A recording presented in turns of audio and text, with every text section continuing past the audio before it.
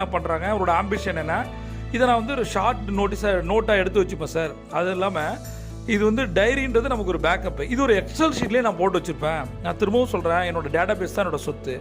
அவரை சந்திக்கும் போது யார் இன்றைக்கி அப்பாயின்மெண்ட்டுன்னு பார்க்கும்போது ஒரு 5 to 10 மினிட்ஸ் முன்னாடி ராமநாதன் மதுரைன்னு இருக்கும்.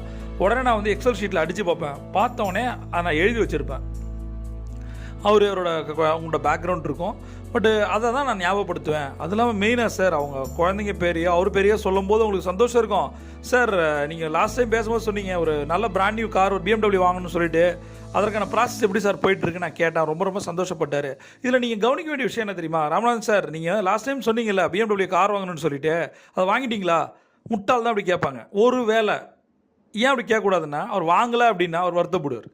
கல்யாணம் ஆகிடுச்சா, குழந்தை பிறந்துச்சா, வேலை கிடச்சிருச்சா, இந்த மாதிரி முட்டாள்தனமான கேள்வியை கேட்கவே கூடாது. அவனுக்கு தெரியும் எப்போ கல்யாணம் பண்ணணுன்னு. அது பல காரணங்களாக